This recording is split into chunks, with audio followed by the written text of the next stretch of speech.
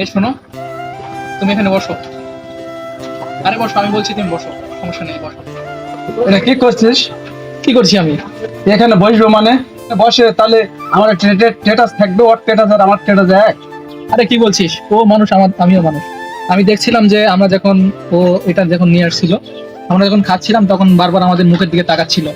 সেজন্য আমি ভাবলাম তার হয়তো বা খাওয়ার জন্য খুব ইচ্ছা হচ্ছিল, কিন্তু খাইতে পারছে না। সেজন্য আমারও মনে হচ্ছিল সে যদি আমাদের সঙ্গে খায় তাহলে আমাদের ভালো লাগবে। সেজন্য আমি তাকে ডাকছি। আর তুই এভাবে বলছিস মানে? সেও মানুষ, আমরাও মানুষ।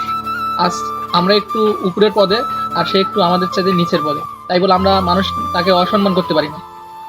তুই এরকম ভাবে কাউকে অসম্মান করতে পারিস না। সাথে নিয়ে খাওয়া, সেজন্য আমি তাকে ডাকছি।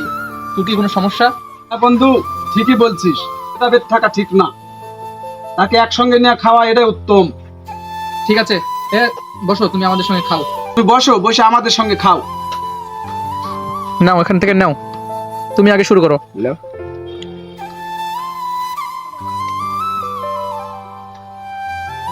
তাহলে বন্ধুরা, আপনারা এইভাবে কখনো মানুষের মধ্যে কোনো ভেদাভেদ করবেন না। আসলে সব মানুষই সমান।